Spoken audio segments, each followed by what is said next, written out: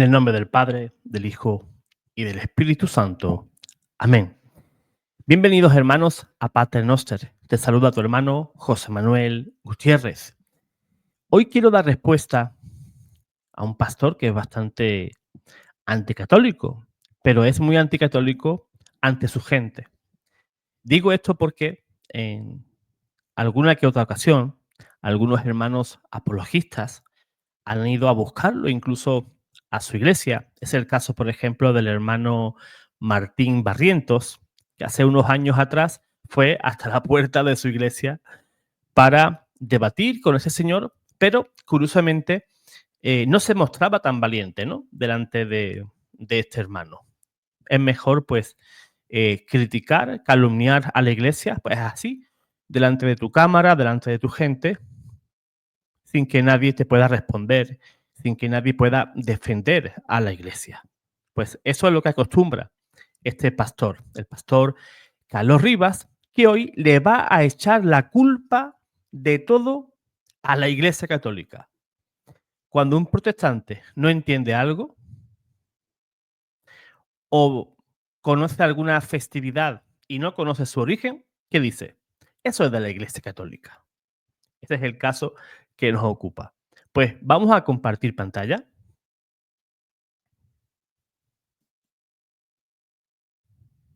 Aquí lo tenemos. Aquí tenemos al bueno de Carlos Rivas. Fíjense, qué carita de buena gente que me tiene este señor.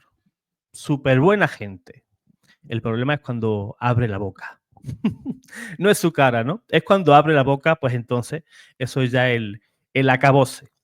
Pues bien, vamos a oírle y vean cómo de todo tiene la culpa la Iglesia Católica. De todo. Si mañana pierdes tu trabajo, la culpa es de la Iglesia Católica. Si mañana te deja tu mujer, es culpa de la Iglesia Católica. Bien, vamos a oír, pues, los argumentos de este señor con los que ataca a la Iglesia. ¿Por qué me gusta criticar a la Iglesia Católica? Porque es la más perdida de todas. Es la más corrompida de todas. ¿Quién inventó el Día de la Madre? La Iglesia Católica. ¿Quién inventó la Navidad? La Iglesia Católica. ¿Quién inventó el Día de los Muertos? La Iglesia Católica. ¿Quién inventó el Día del Padre? La Iglesia Católica. Todas las fiestas podridas y corrompidas vienen de la Iglesia Católica. ¿Y cómo no voy a atacar entonces? Aleluya. ¿Quién inventó que la pareja tenía que casarse por el civil y después por la iglesia? La Iglesia Católica. ¿Quién inventó que la mujer tenía que ponerse un trapito en la cabeza? El Papa Lino de Tuscany. La Iglesia Católica. Todo viene de la Iglesia Católica. ¿Y cómo quieren que no ataque esta podridumbre del diablo? Si de ahí viene todo el pecado podrido que existe en esta tierra. De todo tiene culpa la Iglesia Católica. La Iglesia Católica tiene la culpa. La Iglesia Católica fue la que mató a Manolete. La Iglesia Católica fue la que mató a la mamá de Bambi. La Iglesia Católica fue la que desapareció a la mamá de Marco en esa famosa serie de dibujos animados, ¿verdad? La cuestión es echarle la culpa de todo a la Iglesia Católica. Todo. Da igual lo que sea. Es la Iglesia Católica. Pues bien, vamos a dar respuesta a este señor. Bien, el Día de la Madre, como se celebra, pues, en muchos países actualmente, tienen sus raíces en la iniciativa de Hannah Jarvis en Estados Unidos. O sea, no tiene nada que ver con la Iglesia Católica. Está la muerte de su mamá, Hannah Reeves Jarvis, una activista que promovía causas sociales y de salud pública. Pues Ana comenzó una campaña en el año 1908 para honrar a las mamás y su papel dentro de nuestra sociedad. El primer evento oficial se celebró en una iglesia, fíjense, metodista en Grafton, Virginia Occidental, y rápidamente ganó apoyo popular. O sea, el Día de la Madre podríamos decir que es una americanada. Viene de América. Y además, con origen protestante. Para más INRI, señor Rivas. Ya en el año 1914, el presidente Woodrow Wilson firmó una proclamación declarando el segundo domingo de mayo como el Día de la Madre, convirtiéndolo en fiesta nacional en Estados Unidos. Y ya sabemos, todo lo que se inventa en Estados Unidos, ¿qué ocurre? Pues se dispersa por todo el mundo. Hannah Jarvis buscaba un día de reconocimiento personal hacia las mamás, pero más tarde criticó la comercialización de esa festividad, que si tarjetas, regalos, incluso intentó abolir esa fiesta. Aunque existen precedentes, el Día de la Madre moderno se atribuye a Hannah Jarvis, pero, por ejemplo, esa versión pues se expandió, ¿no? Como he dicho, ¿no? Globalmente. Pero hay fechas y tradiciones que varían según el país. Por ejemplo, en México, si no me equivoco, se celebra el 10 de mayo. Aquí en España, el primer domingo de mayo. Por tanto, no es una fiesta de la Iglesia Católica. La Iglesia Católica no tiene nada que ver. Y como hemos dicho, pues nació en América y nació también en una iglesia metodista. La Navidad. El señor Rivas dice que la Navidad, eso todo es una porquería. A ver, yo entiendo al pastor Carlos Rivas que pueda criticar que en Navidad haya un exceso de consumismo. Eso yo también lo creo así. En Navidad es cuando se compran más regalos, cuando la gente se suele atiborrar de comida y un despilfarro de todo. Y eso, bajo mi punto de vista, no es correcto. Pero la Navidad, en su contexto religioso, sí surge de la iglesia. Porque la iglesia celebra la Navidad. Y muchos dicen, es que la Navidad no aparece en la Biblia. ¿Cómo que no? ¿Qué significa Navidad? En latín, nativitas. Significa nacimiento. ¿Y qué nacimiento celebramos los católicos? El nacimiento de Cristo, no el nacimiento del niño del vecino. Celebramos un nacimiento que fue de tal magnitud, porque fue Dios quien nació, que ese nacimiento partió la historia en dos. Fíjate si es importante. Y si hay que celebrarlo. Porque de ese sí de María nació Jesús y Jesús nos trajo la salvación. Y si no tenemos que celebrar eso, dime tú qué hay que celebrar. Dímelo tú. Si no hay que celebrar que Jesús, nuestro Salvador, se encarnó en el virginal vientre de María y nos trajo la salvación. Vino a pagar la factura que ni tú ni yo podemos pagar. Si no hubiera venido en carne Dios mismo, tú y yo seguimos bajo maldición. Jesús nos libró de esa maldición, nos libró de esa caída de nuestros primeros padres, pagó la cuenta que tú y yo no podemos pagar. Si el nacimiento de Dios, si el nacimiento de Jesús no se puede celebrar, dime tú, ¿qué hay que celebrar entonces?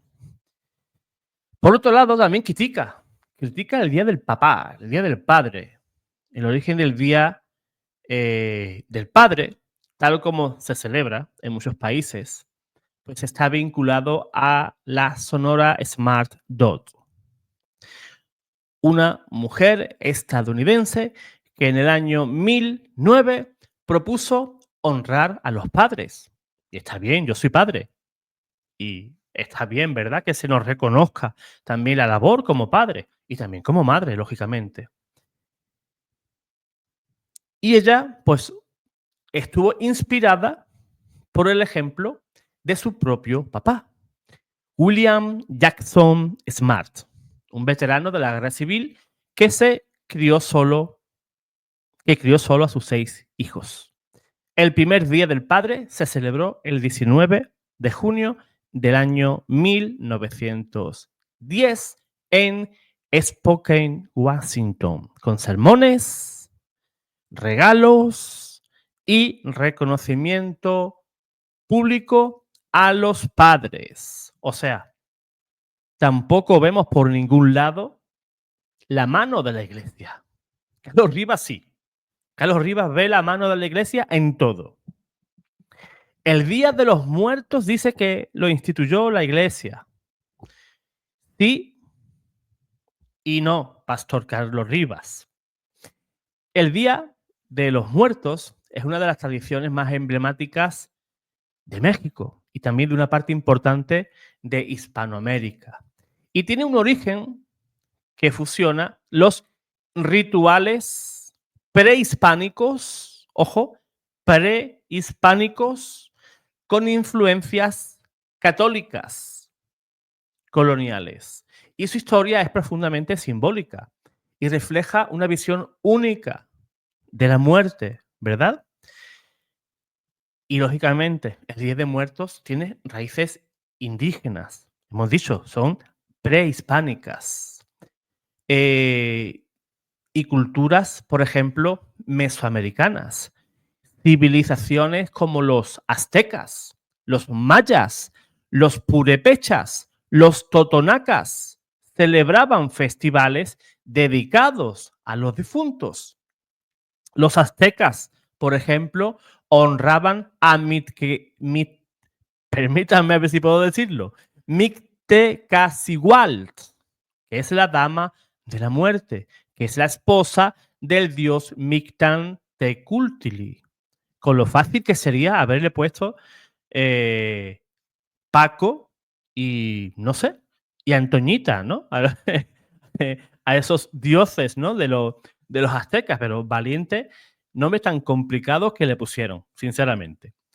Pues esas fiestas de los aztecas, pues se celebraban más o menos cercano al mes de agosto y se realizaban, pues, danzas, altares, ¿verdad? Se hacían ofrendas y ellos decían y creían que los muertos regresaban al mundo de los vivos, pues, en ese tiempo.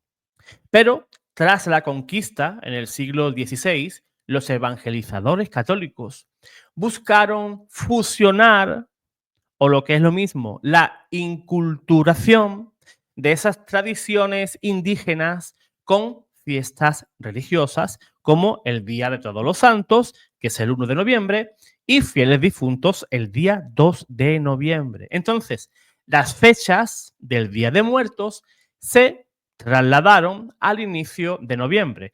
Si se hacía en el mes de agosto, que es el octavo mes del año, pues pasaron al mes 11, que es el mes de noviembre, ¿verdad? Y pues tiene pues diferentes acciones, ¿no? Se hace un altarcito donde arriba del todo pues se pone una cruz, también hay un pan dulce, ¿no? Que significa pues la cruz, la victoria de Cristo, ¿verdad? Y existen pues diferentes maneras de adornarlo. Cada cual en su casa pues colocan pues fotos, velas, flores, el típico pan de muerto, las calaveritas estas de azúcar, agua, sal, objetos personales del difunto, calaveras, catrinas y todo eso, ¿no? Pero todo en un contexto religioso y de respeto hacia aquellos que ya no están con nosotros. Y lo que se busca, no es lo fantástico, sino lo que se busca es rezar por esos difuntos que están en el purgatorio, pero bajo el folclore de esas antiguas civilizaciones indígenas y todo en un contexto religioso cristiano, ¿verdad? Se le dio un giro para eliminar todo lo malo o negativo de esas fiestas y que se hicieran bajo un contexto cristiano.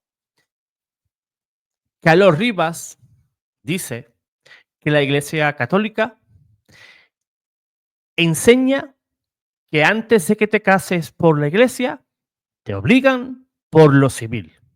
No.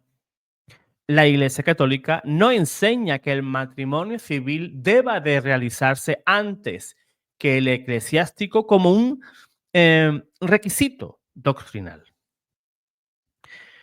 Pero sí reconoce la importancia de cumplir con las leyes civiles de cada país. Ahí la Iglesia sí es muy respetuosa. La posición de la Iglesia se basa en los siguientes principios. Número 1. El matrimonio sacramental es válido y completo en sí mismo. Para la Iglesia, el matrimonio entre bautizados es un sacramento, como establece el Código del Derecho Canónico en el Canon 1055. Cuando dos católicos se casan por la Iglesia, este acto tiene validez espiritual y en muchos países también efectos civiles, si el sacerdote está autorizado para registrar ese matrimonio ante el Estado, como sí sucede en otros países. Tenemos también la obligación de cumplir con las leyes civiles como ciudadanos, ¿verdad? La Iglesia exige a los fieles, o sea, a ti y a mí, a respetar las normas civiles del lugar donde vivimos. Si yo vivo en España, tengo que respetar las normas civiles. Si vives en México, pues debes de respetar las normas civiles de México. Si vives en los Estados Unidos, pues respetar las normas civiles de los Estados Unidos. En países donde el matrimonio civil es un requisito legal previo al religioso, por ejemplo, en México, aquí en España también, Argentina o Francia, los católicos deben casarse por lo civil para que su unión sea reconocida por el Estado. Pero ojo, eso no invalida el sacramento, ¿verdad? La boda eclesiástica, pero sí garantiza que la pareja cumpla con sus responsabilidades legales, ¿como cuáles? Pues una herencia, los derechos conyugales, los derechos de tus hijos, ¿verdad? Que están contemplados en las leyes civiles de cada país. Si el matrimonio civil y el eclesiástico se realizan juntos, como en algunos países, como en Estados Unidos o también en Italia, el sacerdote puede actuar como ministro autorizado para registrar el matrimonio civil y sacramental al mismo tiempo.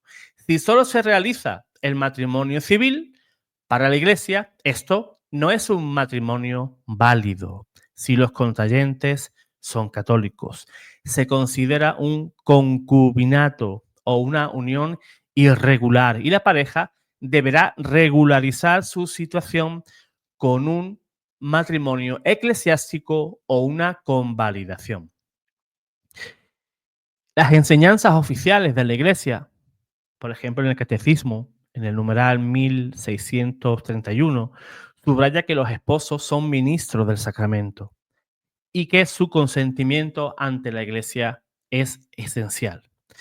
Y, por ejemplo, también el Código del Derecho Canónico, en el Canon 1063, pide a los pastores de que los fieles entiendan las obligaciones del matrimonio, incluidas las civiles. La Iglesia también advierte contra el matrimonio a prueba o la cohabitación sin compromiso sacramental. Por ejemplo, otro ataque, el último, de Carlos Rivas, sobre lino, y él dice el trapo en la cabeza, ¿verdad? La figura del Papa Lino, Carlos Rivas se dirige a la mantilla, ¿no? Que las mujeres se colocan para ir a misa. La figura del Papa Lino o San Lino está rodeada de cierta ambigüedad histórica, debido pues a la escasez de documentos de su época. Estamos hablando del primer siglo. Pero se le atribuyen importantes contribuciones dentro de la organización temprana de la Iglesia. Sin embargo, no existe una evidencia sólida, como enseña Carlos Rivas, que lo vincule directamente con la imposición de un velo para las mujeres, una práctica que tiene en las enseñanzas de San Pablo, como podemos leer en la Sagrada Escritura, ¿verdad? Él afirma que la mujer debe de ir con la cabeza tapada en la asamblea. Pero ¿quién fue ese papa? ¿Quién fue el Papa Lino? El Papa Lino fue el segundo papa, sucesor de San Pedro, según la lista oficial del Anuario Pontificio. O sea, fíjate, un detalle, antes de seguir. El Papa Lino gobernó la Iglesia desde el año 67 al 76. Y él afirma que Lino es un papa católico. Y es el segundo. Y el Papa Lino, pues, se codeó con los apóstoles. Se codeó con los apóstoles. Incluso San Pablo le mandó un saludo. Segunda de Timoteo, capítulo 4, versículo 21. La tradición lo identifica como un discípulo de Pablo y de Pedro, mencionado en la Biblia, donde dice: te saludan Eúbulo, Prudencio y Lino. Eso aparece en 2 de Timoteo, capítulo 4, versículo 21.